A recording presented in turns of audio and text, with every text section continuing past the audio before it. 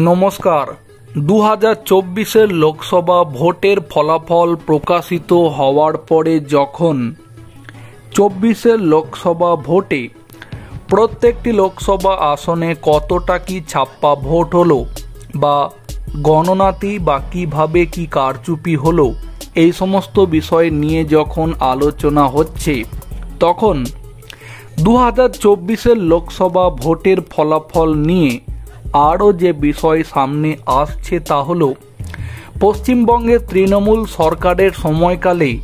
বিভিন্ন দুর্নীতির ঘটনাতে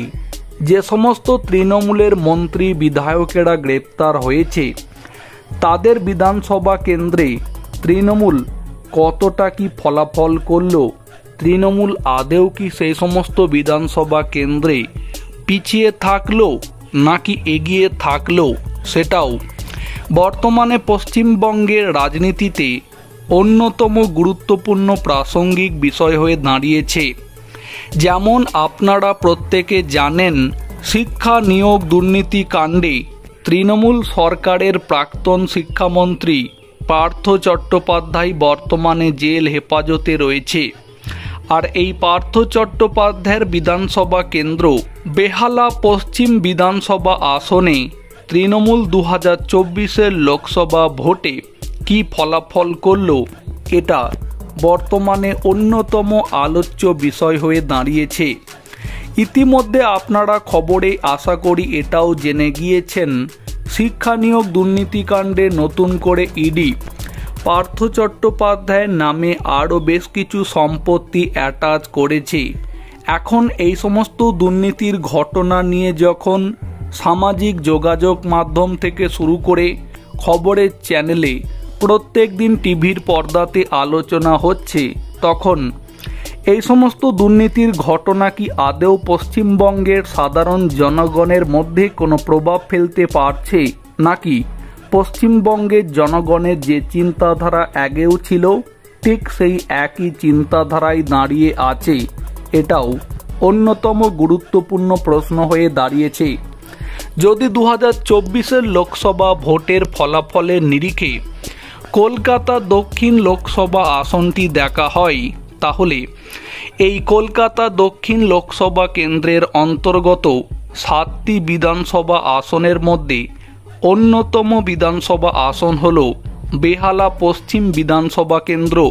যেখান থেকে 2024-এর লোকসভা ভোটে তৃণমূল ফলাফল দেখলে যেটা দেখতে পাওয়া যাচ্ছে যে এই বিধানসভা আসন থেকে তৃণমূলের যিনি প্রার্থী হয়েছিলেন মালা রায়, তিনি 96,209টি ভোট পেয়েছেন, যেখানে অন্যদিকে এই আসন থেকে বিজেপি প্রার্থী ভোট পেয়েছেন 81,013টি, সেখানে প্রায় 15,000 ভোট বেশি পেয়েছেন তৃণমূল প্রার্থী। মানে একটা ইঙ্গিত পরিষ্কার, যতই আমরা পশ্চিমবঙ্গে তৃণমূল সরকারের করা বিভিন্ন দুর্নীতি নিয়ে রাস্তাঘাট হোক বা যে কোনো জায়গাতে এই সমস্ত বিষয়গুলি নিয়ে আলোচনা করে থাকি না কেন, সাধারণ জনগণের মধ্যে এই দুর্নীতির ঘটনা নিয়ে চিন্তাধারার কিন্তু এখনও কোনো পরিবর্তন হয়নি, যেটা 2024-এর লোকসভা ভোটের ফলাফল তেমনই বলে দিচ্ছে। কারণ তা না হলে শিক্ষা নিয়োগ দুর্নীতিকাণ্ডে যে প্রাক্তন তৃণমূল সরকারের শিক্ষামন্ত্রী পার্থ চট্টোপাধ্যায় ঘনিষ্ঠ বান্ধবীর বাড়ি থেকে 50 কোটি টাকারও বেশি টাকা ও সম্পত্তি পাওয়া যায় এবং পরবর্তী সময়ে যখন পার্থ চট্টোপাধ্যায়ের নামে একাধিক সম্পত্তির হদিশ পাওয়া যায়, এই দুর্নীতির ঘটনার পরেও যখন 2024-এর লোকসভা ভোটের ফলাফলে সেই পার্থ চট্টোপাধ্যায়ের বিধানসভা কেন্দ্র থেকে তৃণমূল এগিয়ে থাকছে, তখন এই বিষয়টা কিন্তু নতুন করে পশ্চিমবঙ্গের রাজনীতিতে আরও ভাবাচ্ছে। তবে এটাও ঘটনা, 2024-এর লোকসভা ভোটের ফলাফলের নিরিখে বেহালা পশ্চিম বিধানসভা আসন থেকে তৃণমূল যে প্রায় 15,000 ভোটে এগিয়ে আছে, এটা আদৌ কি জনগণের দেওয়া ভোটের নিরিখে পাওয়া আসল ফলাফল, নাকি যে আলোচনাটা ইতিমধ্যে 2024-এর লোকসভা ভোটের ফলাফল বের হওয়ার পরে শুরু হয়ে গিয়েছে। 2024-এর লোকসভা ভোটে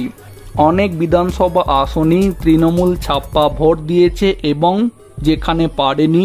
সেই সমস্ত বিধানসভা আসন বা সর্বোপরি